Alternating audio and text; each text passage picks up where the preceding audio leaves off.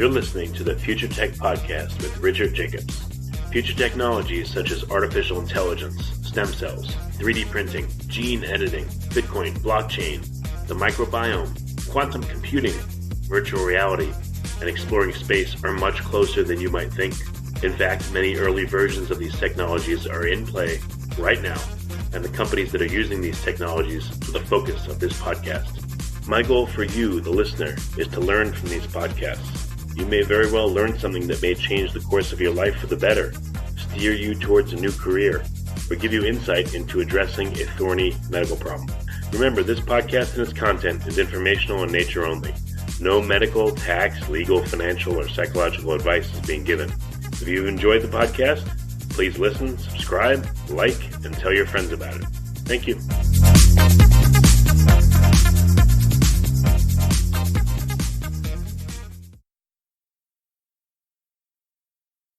Hello, this is Richard Jacobs with the Future Tech and Future Tech Health podcast. I have Jonathan Hull. He's the head of business development at Thryve Inside, Thryve, inside.com. And they make probiotics that I've tried myself. They're refrigerated and they come to you and they're a bit customized and everything. So I'm glad that, I've spoken to them before. I want to have them back. So Jonathan, thanks for coming. Thank you, Rich. Yeah. So, I sped through it quick, but tell me about the whole concept of Thryve. What got the company started and going? Yeah, absolutely. So Thryve originally started off as a microbiome testing company. And as you mentioned, the company has since evolved to do a pairing between probiotics and those tests. And so typically there's two phases to the journey with Thryve. The first is participants will usually seek out the company and do a microbiome test. After we get the test results back and generate a report, there is an offering of probiotics that can be chosen depending on the preference of the study participant or the customer. Okay. So tell me, how does a typical customer find you? What's going on with them where they say, all right, I need to try this? There's a range of reasons that people seek out Thryve or stumble upon us. The primary reason that we've encountered, and this has just sort of been in line with the evolution of the company, is that typically the most frequently sought out reason is that there's some GI or some sort of digestive distress, and usually through an online journey, folks will seek out probiotics, and more, I think that customers are realizing the importance of understanding what a healthy, normal GI tract looks like, and so the pairing between microbiome test and probiotics is a natural one. It's a leap they've begun to make themselves. Okay. What you said, gastrointestinal distress, are there specific conditions? I know you can't promise to cure them, but are there specific conditions people come to you and say, oh, I have IBD, I have Crohn's, or just, my stomach hurts whenever I eat? What are they telling you that they need help with? Yeah, so again, I'm not a medical professional. If there's, certainly if there's any of those conditions that were just mentioned, we recommend seeking out the advice of your doctor. But, I would say broadly categorized is that people recognize that there's something wrong inside of them. In fact, this is how the company was founded, was that Richard himself had some serious GI distress and ended up in the hospital for a period of days, and that was sort of the birth of the company, is recognizing that there's the feeling of something wrong inside, and hence the name Thryve Inside. Okay. So what will be the process? They come to you, they say, something's wrong with my stomach. Do you go through this assessment process with them? What happens? Right. So again, consumers that access the website will typically be prompted by a series of questions, and they follow a journey. We typically don't interact directly with them in a face-to-face manner. The business is driven by online businesses. So depending on the reason that the website is accessed, it can be a range of concerns. sometimes people are concerned about the connection between their with their weight or with their mood, et cetera. So there could be a variety of reasons that people would want to that seek out the microbiome testing, and then from there they are sort of navigate their own journey, so to speak. Yeah. Well, when I did it, the first thing is you guys sent me a kit, and I sent you a sample. You analyzed it, and then you came back with a recommendation. And what I did is, before I even got the recommendation, I got your I guess, I don't know how many different generic ones there are, but I got one generic, started taking that, and I did feel better. It seemed to, I don't know, I guess I felt like I digested faster, and I just went to the bathroom more easily. And then I got the personalized one, and I just found that the generic actually, in a weird way, was better for me than the personalized one. But I started taking both. but the process was again, sent you the sample, got that stuff back, and then I started getting it regularly. So that's what I experienced. Yeah, I think people are surprised by the kits. Certainly, those who don't know about microbiome testing, it certainly makes for fun conversation. But certainly the notion of sampling your own stool and sending it back, and then based on that being presented with a number of options is both interesting and I'm glad to hear that you experience some benefits as well. Yeah. I haven't sent you another sample, but how often is it recommended that people would send in another sample to see how things have changed, and if they should get a different personal mix? That's a great question, and that's one that we're entering into a range of research projects right now. What's extremely fascinating about the microbiome is that it turns over so quickly. So within with a period of a couple of days, actually, whether you change your diet, or there's even been some studies more recently about changing your exercise protocol. Certainly changing your environment, visiting a new country and changing your food, that all can, the biota within your GI tract can change very quickly. And so we wouldn't necessarily recommend sampling every 4 days or so, but one certainly could expect to see changes on that time frame. In terms of normal use cases, I think that every 6 months or once per year is sort of a good time to revisit and check in with the latest evolution in the products. Okay. And what have you guys learned from, I don't know, I'm sure you've seen like thousands and thousands of samples, but, with that data, how is that going to inform you guys to do new products and change what you're doing? Yeah. So what's interesting about this business is that we wouldn't believe the amount of inbound interest we get from a range of academic, more recently academic, but also just companies that are interested in doing research in this space. And so obviously there's a variety of product pairings that we could do sort of in the same avenue of GI distress or mood. But one of the more recent trends we've seen is just an interest in using our product or our services as a research tool.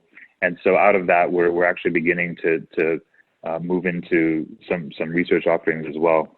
So what continues to fascinate me about this field is obviously it's still early on, and just the range of opportunities for this company, I think, is quite broad. And so we look forward to some of the both academic and industrial partnerships that we're beginning to pursue, and certainly over time you can expect to see some new things from us. Yeah, no, you could say some stuff, other stuff, it's proprietary or not ready, but what can you say about some of the big initiatives that you guys are working on? Where do you want to make an impact? Well, certainly, so we're focused on the consumer space for now. And what I can say is that, probiotics are one, but there's a variety of other, the microbiome spans, oral health and skin. And there has been, there has been interest that we've received in expanding into potential other areas of the body as well. So that's a pure, looking at pure product offerings as in the model that we have now of pairing the testing with a consumer-like product. But in the future, we may end up, just offering services as well, just pure testing services. Yeah, I guess oral, there's not that delay of having digested whatever you've eaten to see what the microbes are doing, but maybe it will be as revealing as fecal samples. Certainly it'd be a lot easier to provide them on demand versus fecal samples, and for some people that's icky. But so I guess oral is a big play, and for women, their feminine health, the vaginal microbiome is one, skin. I guess there's tons of areas you can go into. Absolutely.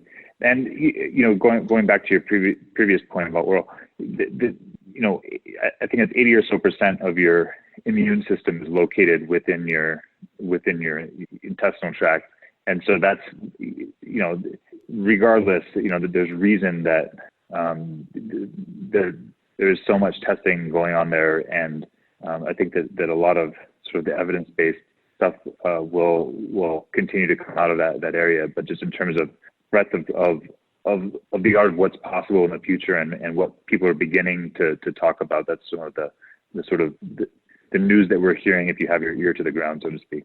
Yeah. Any new studies or papers that have come out that are changing the direction of what you guys are doing? Were there any clinical trials in play that you're keeping your eye on that may be revealing? I wouldn't say any in particular. Certainly there's some themes that we've seen that are coming out a lot more. I just mentioned one in exercise, and for instance, there was a study. I can send you the link to this, but there was a study not too long ago showing the difference in response between obese individuals as well as healthy individuals who undertook exercise regimes and had different responses to just their microbiome, just by virtue of their BMI, was responded differently to exercise regimes. So there's all types of nuances that are coming out. So I would say that really in the health and fitness industry is an area. And the other area that I think is quite interesting to look at is just there are projects like the American Gut Institute that are ongoing, and certainly their findings and methodologies and publications are always something to watch for. That's a really great group that's making some good progress on the research front as well. Okay, well, very good.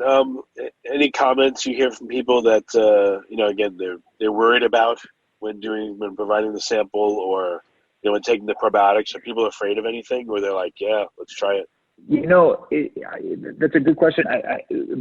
I think maybe 5 years ago, people would have been a little bit more scared, but I think that now that companies like 23andMe or personal, the sort of consumer-based genetic testing has become available, and I think just because of the advances with medicine and I think it's an old joke at this point with the FMT, the fecal transports, which are showing that they're actually quite efficacious in certain disease areas.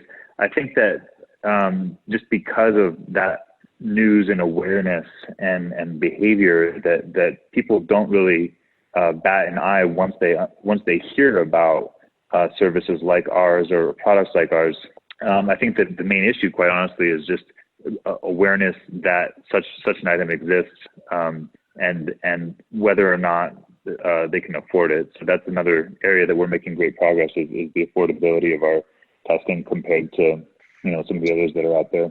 Yeah, I've also noticed it takes 6 weeks to get a result. It takes a long time. Is there a reason why it takes so long for some companies, and can you guys shorten that time lag? Just to be frank, the time.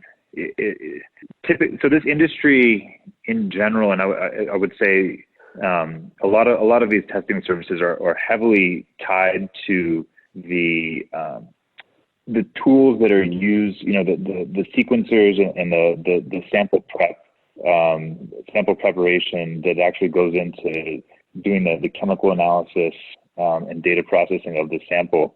And so I would say over time, certainly as volumes increase, both prices and time to result will, lower prices and shorter times to results, definitely. And so the time does vary. And I agree with you. It can be long sometimes, but sometimes it just is a matter of whether you hit a good week or a bad week in terms of the volume of samples that are being processed by the lab at any given time. So certainly that's an area that we expect to see improve over time. Makes sense. Any other breakthroughs that you can talk about that you're excited to see, or that you think are coming in the next couple of years? What really strikes me, what I really like about Thryve and this space is that 10 years ago, DNA testing or the types of consumer-based DNA testing that you're seeing now were virtually non-existent. Websites, if you had one, didn't do much. Companies that were delivering products via mail order didn't exist. And so, when I look at, and certainly doing clinical trials or doing research projects via mail order, so to speak, were fewer and far between. And just the advances in the supply chain logistics, and just in technology in general have really, I think we're really beginning to see a lot of opportunities, in particular, in the research space. So a minute ago, you asked about upcoming research studies, and I just, what I expect to see is a lot more. There's some regulatory changes that are going on, having to do with allowing real world evidence to be counted as evidences for progressions in clinical trials, and I just think that there's so much opportunity that will come out once as these forces come together and the research community begins to really dig into some of the findings that we're only beginning just now to uncover. Well, very good. Are you guys involved in any clinical trials that you can say? So I can't speak openly about that, but what I can say is that it's certainly an area that we're interested in, and it is within our roadmap. Okay, well, excellent. So what's the best way for people to find out more about Thryve? Just go to thryveinside.com or? Certainly the main information is at thryveinside.com. We've had a couple of conference appearances, and certainly anyone's welcome to reach out with questions. It's just what continues to fascinate us is just the amount of people that do reach out, and we love hearing from folks, and happy to both answer questions and talk about small projects that the individuals want to have, or small companies, et cetera. So it's really, really, really exciting. So you can shoot us an email, access online, and we'd be happy to chat. Okay, excellent. Well, Jonathan, thank you for coming. I really appreciate it. Thank you, Richard. Yeah, and if look forward to being in touch, and congratulations on the wonderful podcast. Yeah, excellent. Thank you.